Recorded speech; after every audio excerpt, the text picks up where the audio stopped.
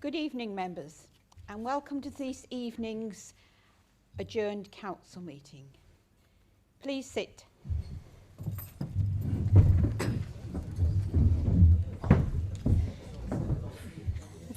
Would the Chief Executive please outline the order of this evening's meeting? Of course, Madam Mayor. Members, when speaking, please ensure your microphones are turned on, and if you wish to leave the meeting before it's finished, please follow standing orders and give your apologies via the Head of Governance Support. We are, as always, live streaming the meeting this evening via the Council's YouTube channel to encourage engagement in our meetings. We're certainly not expecting any fire alarm testing today, so if we do hear the recorded message, please leave by the nearest exit, and the centre staff will assist you. And we are required to assemble in front of the tennis courts to the seaward side of the building. Please also ensure your mobile phones and iPads are turned to silent. Madam Mayor. Thank you. This evening's meeting is to deal with major issues for the well-being of Torquay and its community. Today's agenda will be dealt with efficiently and fairly, with the meeting governed by strict procedures. I expect healthy and respectful debate by all councillors. I will not tolerate personal comments or repetition, and I continue to take a zero tolerance approach to ensure professionalism throughout. I will call a break if the meeting goes beyond 7 p.m. Apologies. Do we have any apologies? We do, Madam Mayor. Apologies for absence have been received from Councillor Pentney, Councillor Atiala, Councillor Sykes, Councillor Mills, Councillor Kennedy, Councillor Howgate, Councillor Barrand, Councillor John Thomas and Councillor Manning. Thank you. Do group leaders have any further apologies that we aren't aware of? I don't believe there are any further apologies, Madam Mayor. Thank you. I now move to declarations of interest. Would the CEO like to advise if we have any declarations of interest on tonight's agenda? Madam Mayor, members, have any members or officers present any non-pecuniary or disclosable pecuniary interest in the matters on today's agenda? Madam Mayor, there's no indication. Thank you. I now move to item 3, which is members' questions. Members, I will interrupt if I consider your supplementary question to be a statement. I will now ask the Chief Executive to explain the procedure for questions and undertake the questions. Of course, Madam Mayor. Members, the questions and answers before you today are those which were not answered at the previous meeting that took place on the 27th of March and adjourned to today. They weren't answered due to the absence of Councillor Steve Darling and Councillor Morey. Therefore, we are taking those this evening and the answers are attached to the agenda. As the Mayor set out on her behalf, I will invite any supplementary questions. And members, you're all aware in terms of the time limit, there's 1 minute to ask a supplementary question. Response time for each supplementary is 3 minutes with an overall duration of 30 minutes. On that basis, I will start and question 1, which was from Councillor Johns in terms of the pedestrianisation of Torquay Road. Councillor Johns, do you have a supplementary question? I do not, Madam Mayor, and thank you for your answers. Brilliant, thank you. Moving to question 2 in respect of the decision to close Brixham Road. Councillor Bye, do you have a supplementary question? Thank you. And so very pleased, if I may just say, to see that Councillor Morey is well and back with us. Can I, through you, Madam Mayor, ask him if he has given or gave any thought to support for the business community in Brixham while the Brixham Road was closed? I know we're nearly at the end, but some help, perhaps a concessionary parking arrangement, some encouragement or publicity to get people to come into the town would have been welcome. Did he give that any thought? Councillor Morey, please. Yeah, thank you, Nick. Councillor By Nick. The answer to your question, of course, the community were totally involved with the negotiations with the developer to shorten the length of the road closure, and I think we'd all like to congratulate members of the public who actually contributed to that end. And as we all know, the road will be opened at 6 o'clock on Friday. Tomorrow? No, Friday. So yes, and there are various things that we looked at. One of them being the ticketing arrangement for youngsters who needed to go to school. That contribution toward the cost of that. So the answer is yes. The community has been in the forefront of our minds throughout. Thank you. Moving to the original question number 4, in respect of the budget for highways. Councillor Foster, do you have a supplementary question? So, Councillor Morey, thank you very much for the answers to my question.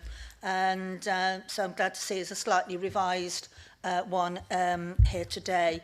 So my question is around 341,000 has been spent or committed.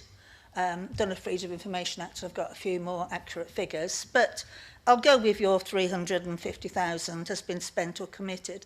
This is out of a total 600,000 which was put in the budget. Can you please explain to myself and to those residents who may be listening why close on 250,000 hasn't been spent on roads, potholes and road safety, which is one of the main things that residents do contact us about. So my question is, why only this amount been spent? Thank you. Councillor Morey. Well done. About time I packed this came in.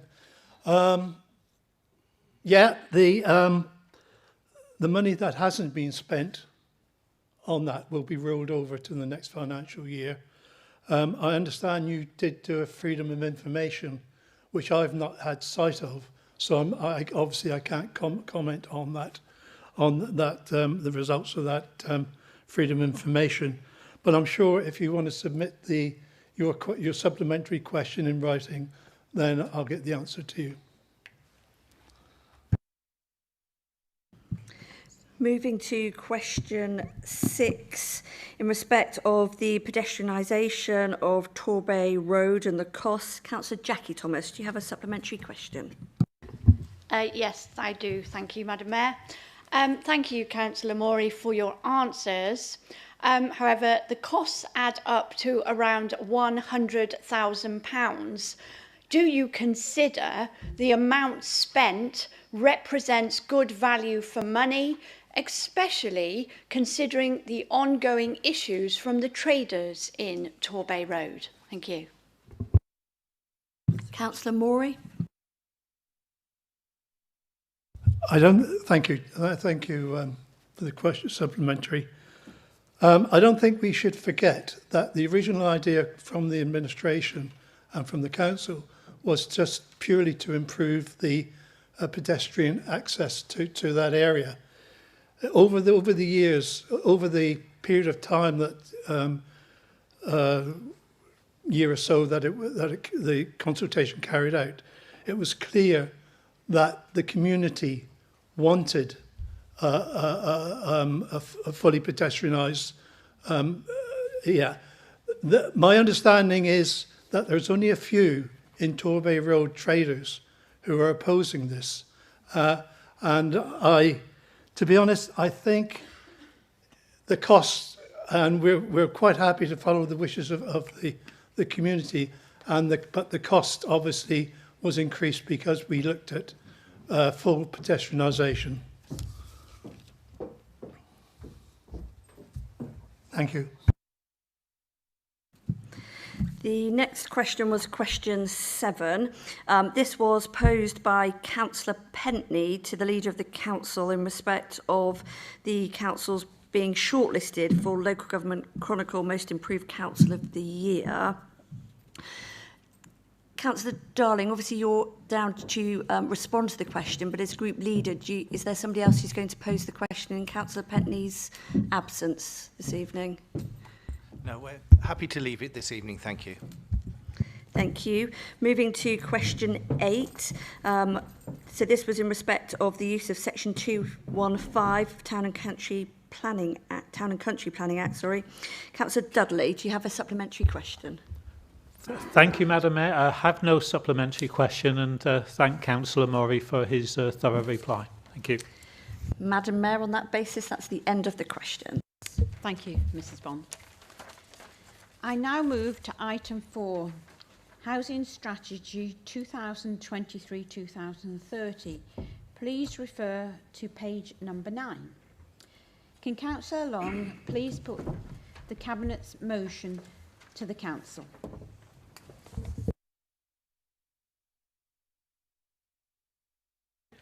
Thank you, Madam Mayor. Thank you very much. The current housing strategy runs until April 2025, but was adopted prior to the pandemic and before the housing and climate change crises were declared. Both the Strategic Housing Board and the Council's Housing Delivery Group have advised that the strategy be updated in light of these events. And Torquay is indeed in a housing crisis. There are some startling facts in the documents before you. Some examples include 1,600 households being on the waiting list, there being only 8% social housing in Torquay, far lower than the national average of 18%. Increased demand for holiday accommodation has reduced the amount of housing for local people. And 38% of households are in danger of being made homeless due to the end of a private rented tenancy. Listeners to BBC Radio 4's Moneybox programme last weekend will also have heard an item on the local housing allowance, which has been frozen by the government at a time when private rents have been rocketing, which leaves those receiving housing benefits with an increasing shortfall in their budgets. This in turn has led to increasingly long-term demands on local council's discretionary housing payments.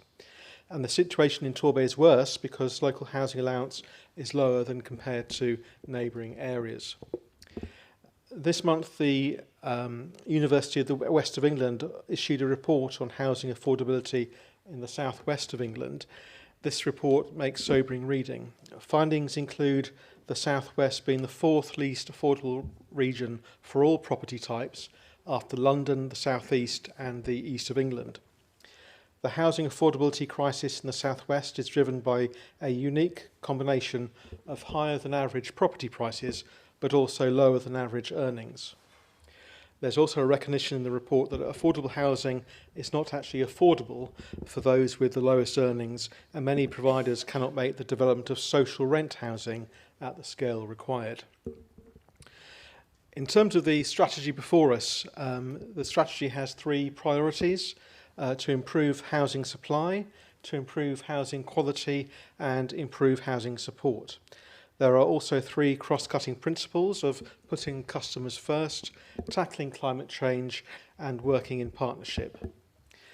During the current year, there's been much needed investment into the housing department by this administration, including increasing the capacity in planning and housing to enhance the development of affordable housing, work to tackle disrepair and poor housing conditions, including to reduce the number of empty homes, and finally investing in temporary accommodation and client support.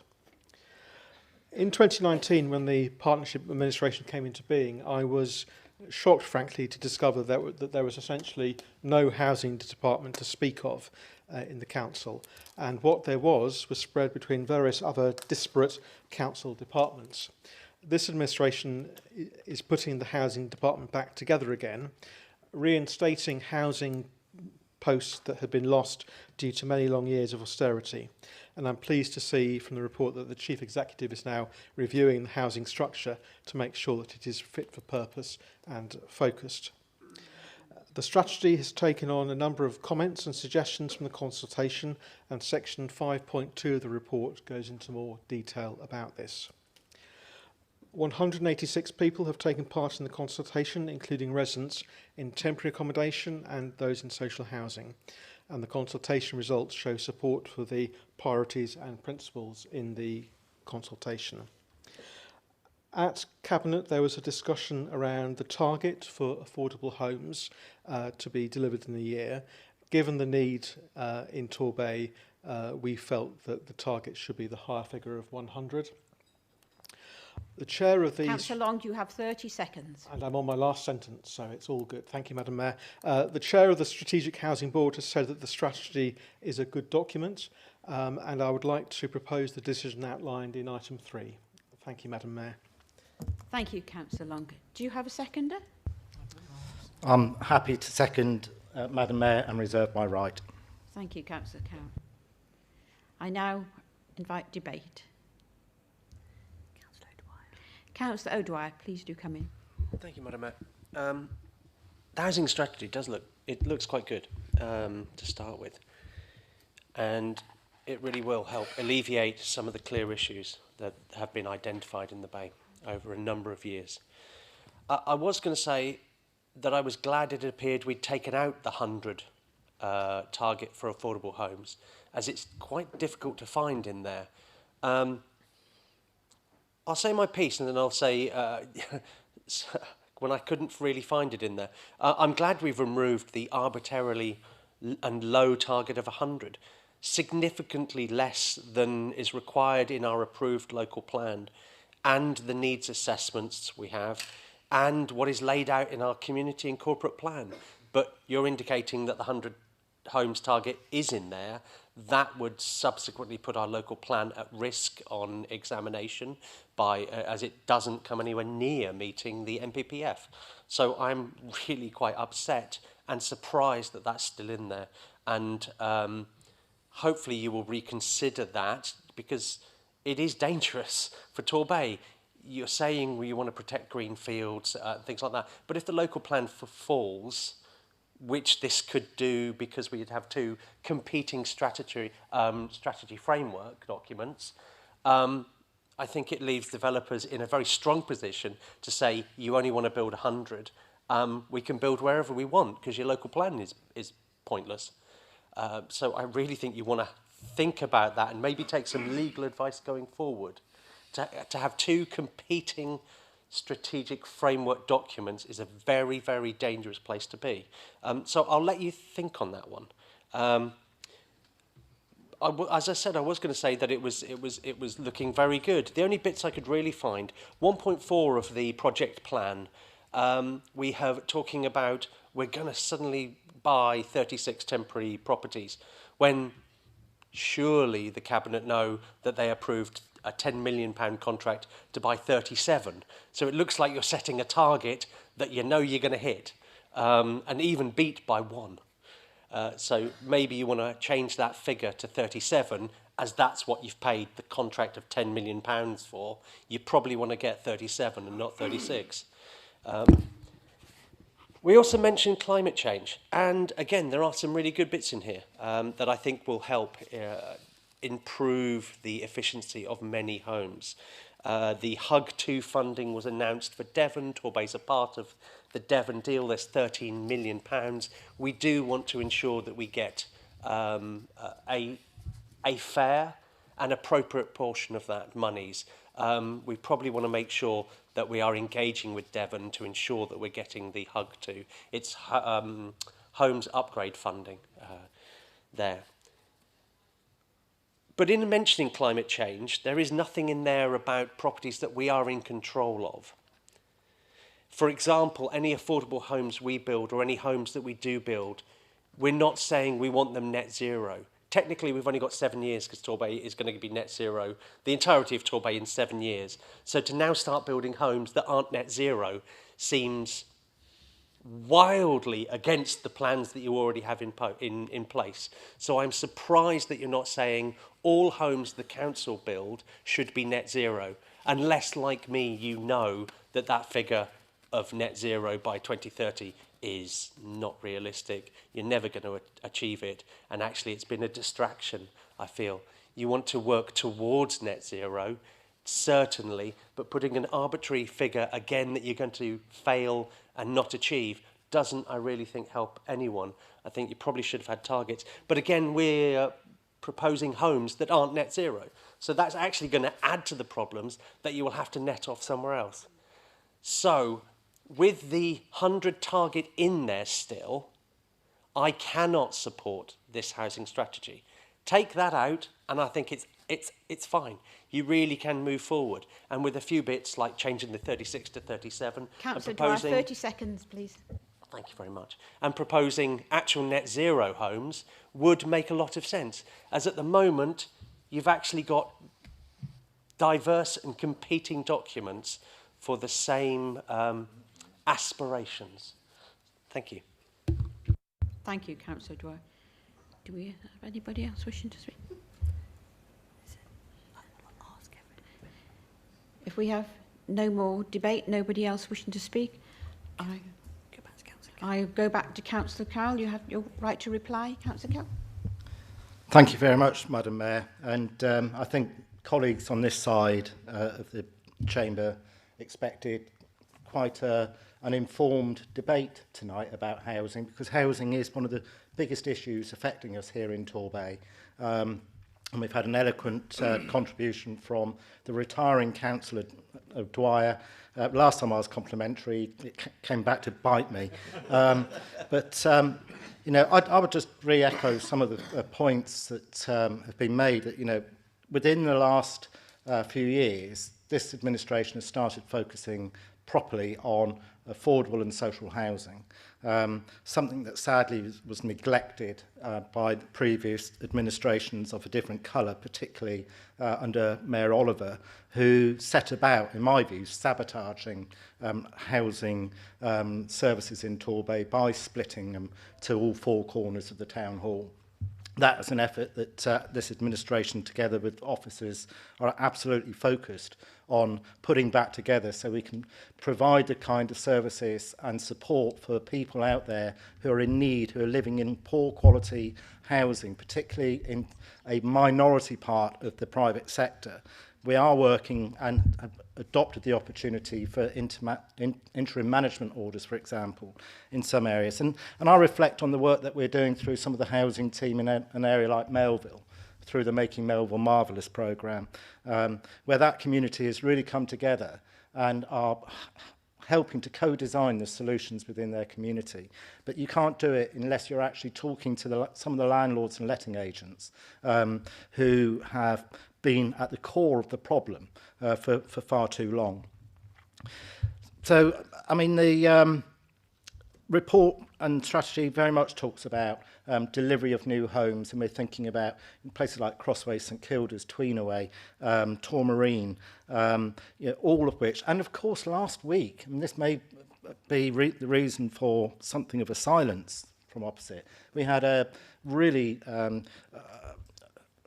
passionate debate about the provision of additional social and affordable houses on a site that the council owns, namely at Preston Down Road, where we're looking at up to 70% affordable. And there was a massive opposition from colleagues opposite. And on one hand, we're trying to increase the number of affordable homes, and on the other hand, it's like a push me, pull me kind of attitude from the opposition. So I'm delighted to second this refresh. It does reflect the changing world since COVID, and also since we've been able to really have a deep dive. I welcome the support of the chair of the Strategic Housing Board, and I think that is really positive. So I'm happy to second, Madam Mayor. Thank you, Councillor Long. Sorry, Councillor Cowell, slip up there. Councillor Long, do you wish to reply? And we are so easily confused, Madam Mayor. Just to respond, I was slightly... Councillor Dwyer was confused by what we were saying, and I was equally confused by what he was saying, because at the Cabinet meeting, his colleagues were actually calling for us to have a lower target, as I understood, for affordable homes in the report. So some were saying, you know, I had hoped for a clearer idea of what the, you know, potential new administration's housing strategy was going to be, but we didn't have that tonight. Some colleagues opposite saying that we should be building on every greenfield possible, whereas others are saying no greenfield at all. I was hoping for some clarity in the debate, but sadly we haven't had that tonight. But I'll leave it there. Thank you, Madam Mayor. Thank you, Councillor Long. I move now to item 5. I'm running away with myself tonight, aren't I? Still up. Got the vote. Yes. Swithin, would you turn your microphone off, please? Sorry, Councillor Long, would you turn your microphone off? We've just had a point of order being raised by Councillor O'Dwyer. Oh, right, sorry. Councillor O'Dwyer, would you like to come in? Yeah, a point of order on the fact that we can have two competing, so it would be, again, the Constitution, two competing strategic framework documents in place with two different targets, considering the local plan and of 180, which states, and then a target of 100, and then a net zero of 2030, but not building net zero homes. Thank you. Councillor O'Dwyer, I will seek advice.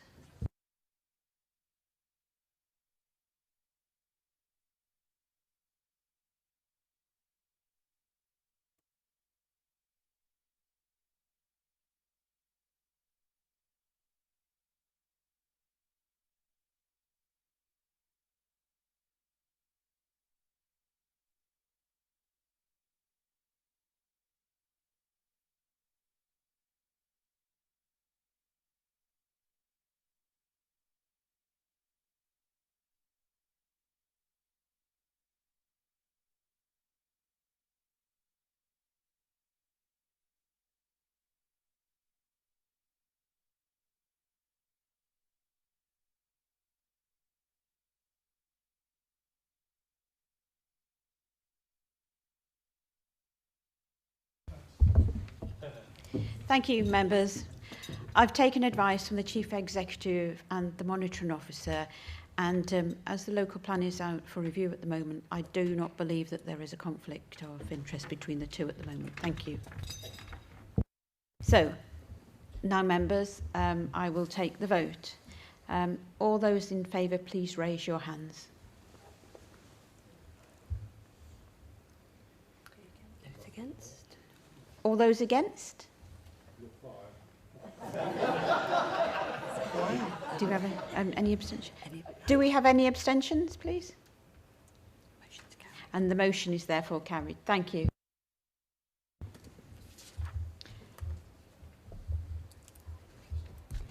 I now move to item 5. Domestic abuse and sexual violence strategy. Please refer to page number 61. Can Councillor Carter please put the Cabinet's motion to the Council? Councillor Carter. Thank you, Madam Mayor. So our domestic abuse and sexual violence strategy is due to end this month, and there's only a few days left, in fact. And this new strategy addresses domestic abuse and sexual violence, but with more of a focus on the sexual violence. This strategy will help us in delivering safe places, supporting victims, and address the behaviour that causes the harm so our vulnerable adults and their children can survive. We held a consultation for 6 weeks from October to November last year on the draft strategy, which included various other documents and projects, such as the Call to Action Sexual Violence Project, in which Torquay Council and other services have been involved and took into account the demand for our sexual violence services. We want this strategy to be more responsive, especially to Torbay's diversity. This strategy recognises that both women and men can be victims of abuse, as can be residents from ethnic minority backgrounds or from the LGBTQ+ community. Through the consultation, we have updated and made improvements to the strategy. When you read through it, you can see what people have told us and how we are responding. It's quite a hard read emotionally, but it's essential we respond by improving the work we do, along with our partners too. The document has been to overview and scrutiny, and their recommendation was to support the strategy, subject to the inclusion of a glossary of terms, and this has now been included. I therefore propose that the domestic abuse and sexual violence strategy as set out in Appendix 1 to the submitted report be approved. Thank you, Councillor Carter. Do we have a seconder, please? Councillor Stockman. Thank you. Thank you, Madam Mayor. For those of you with long memories, I'm just going to be saying the same as I said at Cabinet about 3 weeks ago. I'm pleased to second this proposal. This new strategy has been devised following analysis of all the review findings. It was found that there is commonality between domestic abuse and sexual violence, and so this is the main focus of the strategy. Members will note how the listed strategies included are formulated in relationships to lived experience and demonstrates how each area will be addressed. I'm sure members will agree that reading some of the harrowing stories contained within the strategy, you will conclude that this is the right approach to be taken. Just to quote a few statistics that struck me when I was reading it, is that 1/3 of sexual violence victims who are female are under the age of 15, and more than half, 55% of all male victims were also aged 15 or under. That's a sobering thought for all of us. People who experience trauma in early life often go on to have chaotic lifestyles in later life through no fault of their own, and taking a whole family approach, as the feedback survey showed, is the right way to go. So the strategy was updated to include this. As Councillor Carter has already said, this went through overview and scrutiny, who unanimously supported it.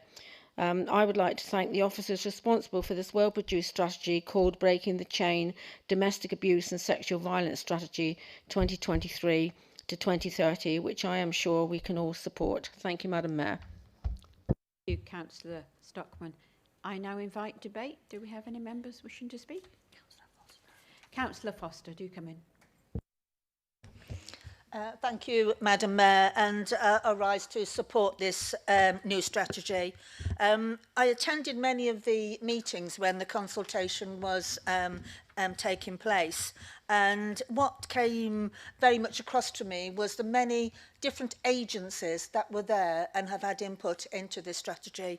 So it's a whole range. It's from from the police, which we'd expect to be there, right down to a little charity that will take the dogs. So if somebody domestic violence has to go into emergency accommodation, they can't take their pets with them. So there's a whole aspect of support agencies around supporting people with domestic violence or the sexual abuse that's now in place. And I think it's really good that these agencies are all getting together and having input, and hopefully this strategy will be able to support them along the way, which is going to be more importantly, they're going to be able to support the victims as time goes on. So I do wonder though about it's until 2030, the strategy, and I think things can change.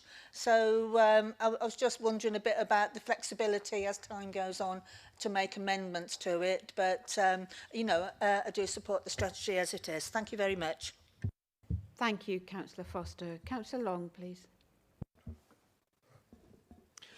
Thank you, Madam Mayor. I just wanted to highlight a couple of things, but there was a really good debate about this at overview and scrutiny. It was really positive. But in item 9, in the equality impacts of the report highlights that this service offers historically less visibility and responsiveness to the LGBTQ+ community, which the strategy seeks to address. And the report also says that LGBTQ+ victims of domestic abuse are more likely to be abused by multiple perpetrators, and that's 15% compared to 8%.